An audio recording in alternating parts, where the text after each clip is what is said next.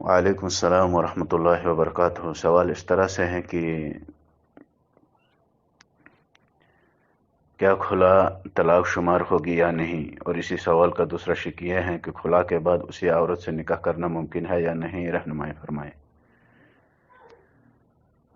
میاں اور بیوی کے درمیان جو علیحدگی ہوتی ہے وہ دو طریقوں سے ہوتی ہے، ایک طلاق کے ذریعے سے، ایک کھلا کے ذریعے سے۔ طلاق جو ہے وہ مرد کا حق ہے، اس میں مرد کی جانب سے ازدواجی تعلقات کو ختم کیا جاتا ہے، اور کھلا عورت کا حق ہوتا ہے، اس میں ازدواجی تعلقات کو جو ہے عورت کی جانب سے ختم کیا جاتا ہے۔ دوسری بات یہ ہے کہ طلاق میں جو ہے مرد کو یہ حق حاصل ہوتا ہے کہ وہ رجوع کر سکتا ہے، جبکہ کھلا میں مرد کو یہ حق حاصل نہیں ہوتا کہ وہ رجوع کرے۔ اب رہا سوال یہ کہ کھلا طلاق شمار ہوگی یا نہیں، تو اہل علم کے اس میں دو قول ہیں۔ جمہور اہل علم جو ہے اس بات کی طرف گئے ہیں کہ کھلا جو ہے طلاق شمار ہوگی۔ تو کھلا جب طلاق شمار ہوگی تو اس کا مطلب یہ ہے کہ طلاق کے احکام جو ہیں پھر کھلا پر مرتب ہوں گے، یعنی پھر اس کی عدت جو ہے وہ 3 حیض ہوگی۔ ان کی دلیل یہ ہے کہ ثابت بن قیس کی بیوی رسول اللہ صلی اللہ علیہ وسلم کی خدمت میں آئے اور عرض کیا، یا رسول اللہ صلی اللہ علیہ وسلم، ثابت بن قیس کے بارے میں، ان کے اخلاق کے بارے میں، ان کے دین کے بارے میں کوئی عیب نہیں نکالتی ہوں،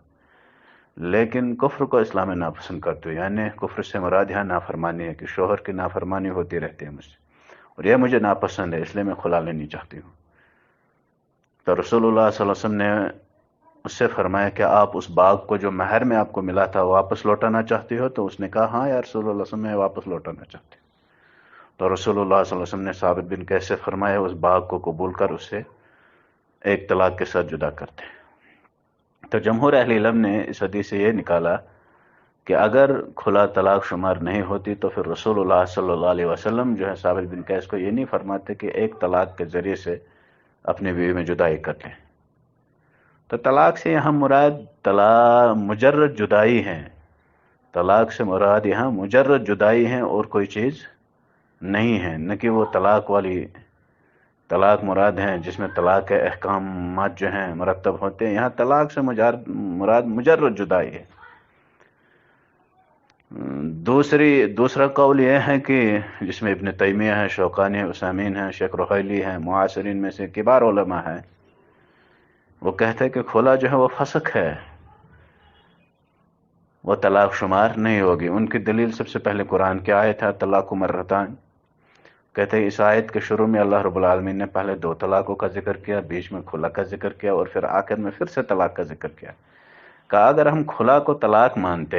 مان لیتے ہیں تو پھر یہ 4 طلاقیں ہوتی، اور اگر 4 طلاقیں ہم مان لیں پھر تو یہ اجماع کے خلاف ہے، اجماع سے صرف 3 طلاقیں ثابت ہیں۔ دوسری دلیل ان کی وہ ہے کہ رسول اللہ صلی اللہ علیہ وسلم کی خدمت میں ایک عورت آئی، کھلا والی عورت، تو رسول اللہ صلی اللہ علیہ وسلم نے اس کی عدت جو ہے 1 حیض قرار دی۔ کہا اگر کھلا جو ہے طلاق شمار ہوتی تو پھر رسول اللہ صلی اللہ علیہ وسلم اس کھلا والی عورت کی عدت جو ہے 3 حیض قرار دیتے، جبکہ ایسا نہیں، ایک ہی حیض ان کی عدت جو ہے قرار دی۔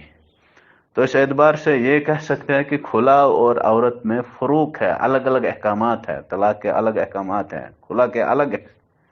کھلا جو ہے اس میں ضروری ہے کہ وہ عوض اور مہر کے مقابلے میں ہونا چاہیے۔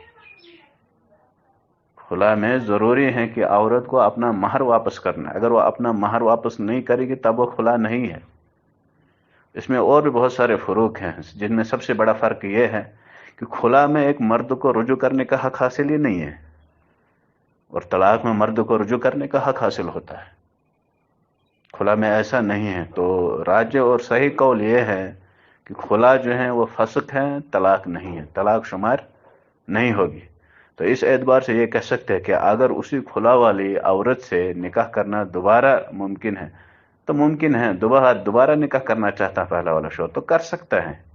لیکن اس کے لیے یہ ضروری ہے کہ عدت گزرنے کے بعد، اور عدت ہے کھلا والی عورت کی 1 حیض، کیونکہ اس میں اب مرد کو رجوع کرنے کا حق حاصل ہی نہیں ہے۔ اگر مرد کو کھلا میں رجوع کرنے کا حق حاصل ہوتا تو پھر یہ ہوتا کہ کھلا کی عدت بھی پھر 3 حیض ہوتی، کیونکہ مرد جو ہے اس میں ان کو سوچنے کا ٹائم دیا جاتا، ممکن ہے یہ سوچ لے اور رجوع کر لے دوبارہ، لیکن مرد کو اس میں رجوع کا حق حاصل نہیں ہے، اسی لیے جو ہے کھلا میں جو ہے عدت جو ہے وہ ایک حیض ہے، صرف استبراء رحم دیکھنا ہے کہ رحم جو ہے وہ پاک ہے یا نہیں،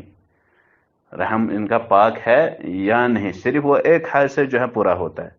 اس کا پتہ چل جاتا ہے کہ رحم جو ہے استبراء رحم جو ہے وہ صاف ہے یا نہیں ہے۔ یہاں رجوع کا کوئی حق مسئلہ نہیں ہے کہ 3 حیض ہے اس کی دنی، ایک ہی حیض ہے، کیونکہ یہاں یہ دیکھنا استبراء رحم کہ رحم جو ہے صاف ہے یا نہیں، اس میں کچھ حمل تو نہیں ہے، کچھ پیدا تو نہیں ہوا ہے، بس یہ دیکھنا، اور وہ ایک حیض سے پتہ چل جاتا ہے۔ ہاں اگر شوہر جو ہے دوبارہ اسی کھلا والی عورت سے نکاح کرنا چاہتا ہے تو اس کے لیے صورت ہے، لیکن وہ عدت گزرنے کے بعد کر سکتا ہے دوبارہ اسی عورت سے نکاح، لیکن شرط ہے عقد جدید اور مہر جدید کا ہونا اس میں ضروری ہے، تب جا کے دوبارہ جو ہے اسی عورت سے وہ پہلا والا شوہر جو ہے نکاح